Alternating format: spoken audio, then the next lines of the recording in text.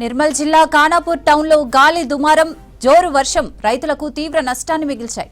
చేతికొచ్చిన పంట నీటిపాలై ఆవేదన చెందుతున్నారు రైతులు.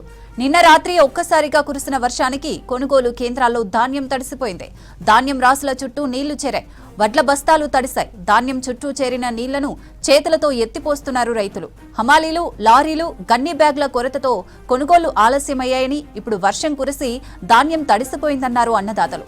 ప్రభుత్వం ఇకనైనా కొనుగోలు వేగవంతం చేయాలన్నారు. తడిసిన ధాన్యాన్ని కూడా కొనుగోలు చేసి తమను ఆదుకోవాలని విజ్ఞప్తి చేశారు. జిల్లా ఖానాపూర్ మాకు బార్దాన అత్తలేదు, లారీలు అత్తలేవు, మా అడ్లు నాన్నాయి, అమాలోళ్ళు లేరు. మాకు ఎక్కడికి వెళ్ళి అడ్లు జోకేటట్టు కావాలి.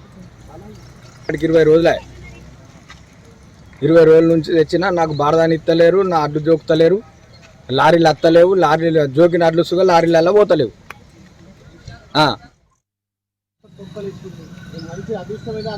ఫోటోలకు పోజులు ఇవ్వాలా.